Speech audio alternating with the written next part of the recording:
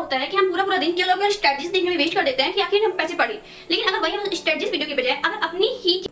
Hello my dear ones, कैसे हो आप लोग? आई जस्ट होप आप लोग बिल्कुल अच्छे होंगे और अपनी तैयारी को अच्छे से कर रहे होंगे। आपकी जानकारी के लिए मैं बता दूं कि मेरा नाम है मुस्कान, जिसे प्यार से सब लोग मुक्कुदी बोलते हो। तो मैंने साल नीट 94 में स्कोर किया है 666। आपकी जानकारी के बता दूं कि जो एटम वाला क्वेश्चन अभी डिसाइड हुआ है, जिसके हमें -5 दिए जा रहे हैं, उन्हीं 4 लाख स्टूडेंट में से एक मैं भी हूँ। ओवरऑल मेरे मार्क्स 666 से कम होके अब होने वाले हैं 661।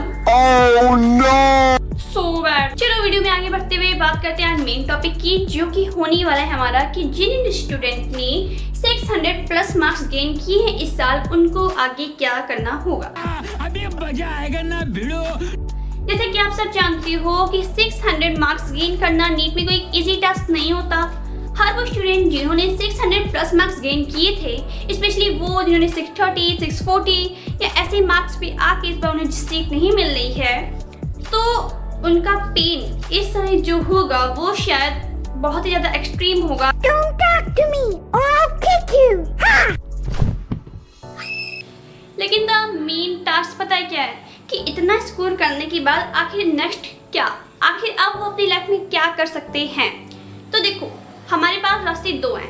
पहला रास्ता जो है वो है किसी अदर फील्ड में चले जाना। अब ये उन लोगों के लिए होता है मेन जिन्हें काफ़ी ज़्यादा टाइम दे चुके होते हैं, या जिन्होंने ऐसा हो कि हमने बहुत ज़्यादा स्ट्रगल कर लिया या अब हमसे नहीं होता है। क्योंकि अब जो कंपटीशन हो रहा है नीट का, आप भी जानते हो वो कितना ज़्यादा टॉक्सिक है। मीन्स 650 वाले स्टूडेंट को अगर एक सीट नहीं मिलती है तो इससे एक न्यूज़ जाती है सोसाइटी को कि अब ये फील्ड बहुत ही ज़्यादा कॉम्पिटिटिव हो चुकी है। बट इसका मतलब क्या है कि हम अपनी होप को खो दें या हम अपने ड्रीम्स को भूल जाएं? नहीं, करने वाला स्टूडेंट हर चीज़ करता है। तो उसी के अकॉर्डिंग आज मैं आपको बताने वाली हूँ कि जिन भी लोगों ने 600 से ज़्यादा मार्क्स गेन किए हैं, अब उनके लिए क्या बेस्ट वे है जिसके जरिए वो नेक्स्ट ईयर अपना सिलेक्शन 100% सिक्योर कर सकते हैं।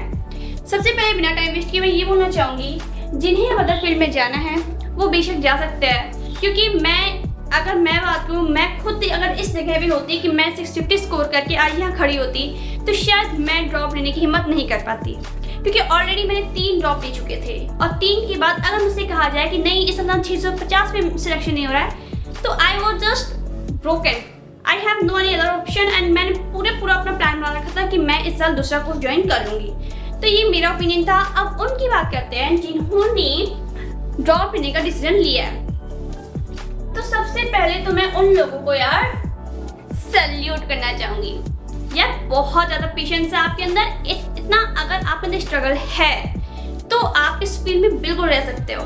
पास्ट को अगर देखते रहोगे तो आप अपनी फिजिकल हेल्थ, मेंटल हेल्थ सब कुछ को डिस्टर्ब कर जाओगे और आप अपने नीट 95 के लिए प्रॉपर प्रिपेयर नहीं हो पाओगे। क्योंकि आप जानते हो कि कट ऑफ बहुत हाई होने वाला है, कंपटीशन बहुत हाई होगा। इस साल हमारे 24 लाख प्लस बच्चे थे, अगले साल जस्ट होप 26 लाख तक होंगे। ये मेरा अप्रॉक्सीमेट अंदाजा है। I don't know exact, but yes इतना होगा। और सीट तो हमारी उतनी रहनी है, ज़्यादा कुछ ही बढ़ेगी। तो ओवरऑल आपको प्रिपेयर बहुत ही अच्छे से होना है। और अगर आपने इतना स्कोर किया है तो उसके बाद मैं कुछ चीज़ें आपके साथ शेयर करना चाहूँगी। अगर मैं यहाँ पे पहली चीज़ बात करूँ तो यहाँ पे अगर मैं फर्स्ट की बात करूँ तो वो होगा अवॉइड डिस्ट्रैक्शन।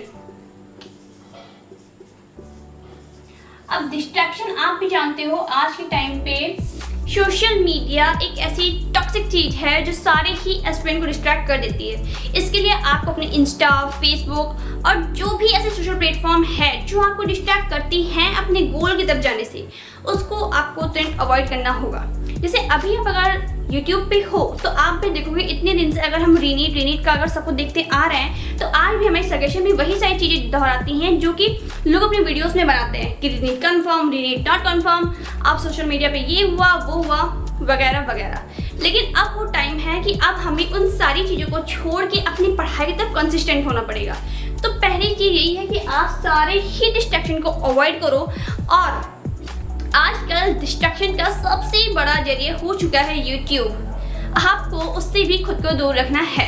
इसके लिए मैं पर्सनली आपको, अगर आप मेरे से कनेक्टेड हो, क्योंकि मुझे पता है मेरे चैनल पे सब्सक्राइबर भले ही कम है लेकिन वो सारे एक सीरियस एस्पिरेंट हैं। मेरे ग्रुप पे भी काफ़ी स्टूडेंट्स हैं। तो सबसे मैं एक ही चीज़ कहती हूँ कि इस YouTube के डिस्ट्रैक्शन से बचना भी बहुत ज़्यादा इंपॉर्टेंट है, क्योंकि कई बार ऐसा होता है कि हम पूरा दिन केवल और केवल स्ट्रेटजीज देखने में वेस्ट कर देते हैं कि आखिर हम पैसे पढ़ें।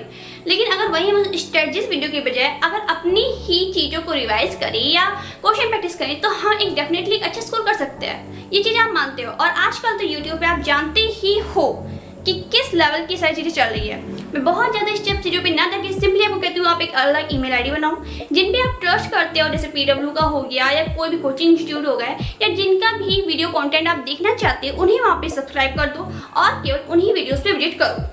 बात खत्म। नहीं करना चाहते तो मत करो। I don't follow anything. मैं बता दूँ अपने प्रिपरेशन टाइम पे मैं बिल्कुल ही दूर थी इन सब चीज़ों से जो मैंने अपना लास्ट ड्रॉप लिया था, क्योंकि ये सारी चीज़ें कहीं ना कहीं आजकल के एस्पिरेंट्स को बहुत ज़्यादा डिस्ट्रैक्ट करती हैं। अगर मैं यहाँ पे सेकेंड पॉइंट की बात करूँ तो वो है यहाँ पे